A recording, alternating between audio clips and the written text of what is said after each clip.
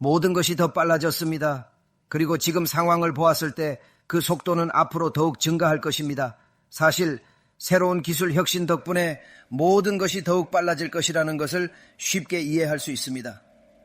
오늘날 사업을 운영하는 사람이 시대에 맞춰 자신과 사업을 조정하지 않으면, 예를 들어 다양한 인공지능 도구, 다양한 마케팅 도구, 혹은 다양한 회계 도구 등 무엇이든 자신의 사업에 적극적으로 추가하지 않으면 그들은 단순히 시대에 뒤떨어진 사업이 될 것입니다. 경쟁에서 뒤처지게 되는 것이죠. 결국 도태되는 것입니다. 가게들이 디지털 계산기로 전환하여 디지털화를 받아들인 경우와 변화를 거부하고 여전히 모든 것을 펜과 종이로 고수하던 가게들을 비교해 볼 수 있습니다. 디지털 기술을 적극적으로 수용한 이들은 결국 성공을 거두었습니다. 이는 사람들이 컴퓨터 시대와 인터넷 환경에 빠르게 적응한 방식과 상당히 유사한 개념이라고 할 수 있습니다. 인터넷을 농담처럼 여기며 누가 책, 배, 자동차를 온라인 주문하냐며 비웃던 이들이 있었죠. 두고 보라던 그들은 결국 문을 닫았고 이제는 웹사이트 없이는 사업 자체가 불가능한 시대가 되었습니다. 정말 격세지감이 느껴집니다. 기술 없이는 사업 유지가 어렵습니다. 현재도 마찬가지며 과거와는 다릅니다. 적응하지 못하면 뒤처질 것입니다.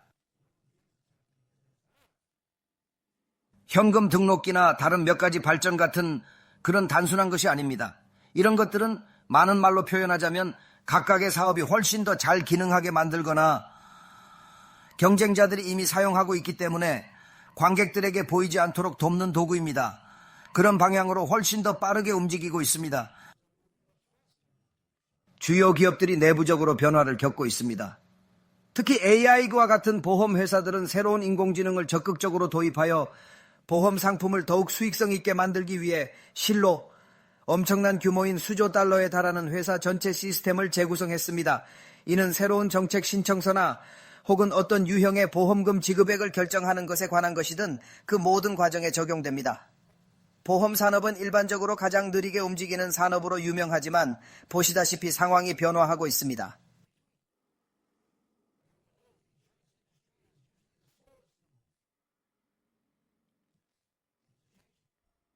그러나 그것만이 아닙니다. 세계의 복잡한 지정학적 문제를 보십시오. 거의 매일 새로운 전쟁이나 분쟁이 선포되는 것처럼 보입니다. 러시아와 우크라이나와의 전쟁이 있었죠. 많은 사람들이 러시아와 우크라이나 간의 전쟁이 아마도 길어야 일주일, 어쩌면 일주일 정도만 지속될 것이라고 쉽게 예상했었습니다. 정말 안타깝게도요. 수년간 계속되고 있다. 우크라이나의 소규모 나치들이 개종한 유대인 피콜루스라는 자에게 이끌리고 있다. 하셈께서 그들에게 드론을 사용할 능력을 주셨기에 아직 파멸되지 않고 고통받는 듯하다. 하셈께서는 파멸을 원치 않으십니다.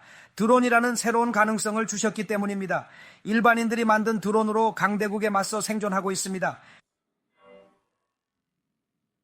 일반 사람들이 만든 것이며 주요 대기업들도 아닙니다. 그들은 드론을 새로운 군대로 사용하고 있습니다. 이는 세계가 수십 년 동안 이야기만 해왔던 것입니다. 그리고 문자 그대로 그들은 플라스틱과 금속으로 된 작은 드론으로 세계 강국 중 하나와 살아남고 있습니다. 정말 놀라운 일입니다. 그렇게 그들은 아직 살아있습니다. 얼마나 더 오래 누가 알겠습니까? 하지만 요즘은 이 전쟁이 일주일 이상 지속되지 않았어야 한다는 것입니다. 러시아의 압도적인 힘으로 인해 우크라이나는 폐를 끼쳐드려 죄송합니다라고 말했어야 했습니다. 그러나 아시다시피 당신은 그것이 어떻게 진행되었는지 알 수 있습니다. 한편 처음에는 모두가 그에 반대했지만 이후에는 찬성했다가 다시 반대하게 되었습니다. 그동안 이스라엘에서 전쟁이 벌어졌습니다. 그러는 사이 파키스탄과 인도 간의 지속적인 갈등도 존재합니다. 그런 다음 다른 나라들은 서로 싸우거나 아니면 이스라엘과 싸우고 또 다양한 다른 일들과도 계속해서 싸우고 있습니다. 그리고 최근 몇 달간 가장 큰 뉴스는 미국의 주요 기업 지도자들 그리고 영향력 있는 정치인들 등이 여러 가지 복잡한 이유로 거의 확실하게 중국과의 전쟁이 시간 문제임을 인식했다는 것입니다.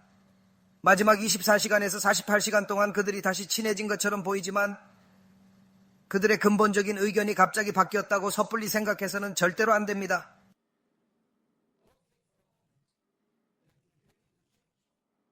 모두가 이제 중국을 적으로 보고 있습니다. 왜냐하면 지난 몇 년 동안 그들이 그들의 진짜 모습을 드러냈기 때문입니다. 많은 사람들이 그들이 가진 것을 미처 깨닫지 못했습니다. 많은 주요 기업들이 중국에서 사업을 중단하게 되었습니다. 왜냐하면 그곳에 가면 단기적으로는 돈을 많이 벌 수는 있지만 결국에는 그 대가로 모든 것이 탈취된다는 것을 깨달았기 때문입니다. 심지어 지적재산도 포함해서 말입니다. 이것이 트럼프가 그들에게 가혹했던 이유이며 협상은 분명히 끝나지 않았다는 이유입니다. 아직 갈 길이 멉니다.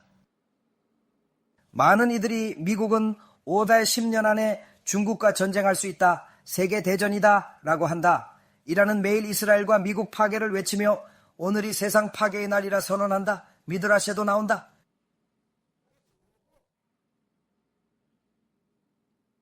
그리고 이란을 보면 다른 사람들이 그들에 대해 뭐라고 하든지 간에 그들은 정말 지구상에서 가장 끈질긴 악당이며 다른 사람들이 뭐라고 하든 전혀 신경 쓰지 않는 것 같습니다. 매일 그들은 그들의 적, 즉 이스라엘, 미국, 그리고 그들의 테러리즘에 동의하지 않는 거의 모든 사람들에 대한 파괴를 이야기한다. 매일 그들은 선언한다. 그래, 오늘은 우리가 세상을 파괴할 날이다. 사실 그것이 미드라시에서 이야기하는 것이죠. 미드라시는 이렇게 말씀합니다. 처음에 에돔, 에사브과 파라스의 왕, 즉 이란 사이에 협상이 있을 것입니다. 파라스의 왕은 에돔의 왕에게 와서 협상을 하고 초기에는 동의한 후 돌아가서 결국 세상을 파괴할 것입니다. 이는 문자 그대로 언제든지 일어날 수 있는 것처럼 보입니다. 세상이 돌아가는 방향을 보면 한편으로 사람들은 번영하고 있습니다. 다른 한편으로 파괴가 바로 눈앞에 있는 것 같습니다. 마치 그림자처럼 말이죠. 정말 암울하고 짙은 그림자처럼 말입니다. 우리는 민족들에게 빛이 되어야 하며 그들의 잘못된 관행을 따르지 말아야 합니다. 기억하십시오. 모든 유대인은 자신이 유대인이라는 것을 명심해야 합니다. 우리는 비유대인들의 명절을 축하하지 않습니다. 비록 그것들이 무해해 보일지라도. 토라에 대한 격하는 궁극적으로 하셈의 이름을 모독할 수 있는 칠룰 하셈으로 이어질 수 있습니다. 그러므로 우리의 거룩한 토라와 명절을 굳건히 지키십시오. 그것이야말로 진정하고 유일한 유대인의 길입니다.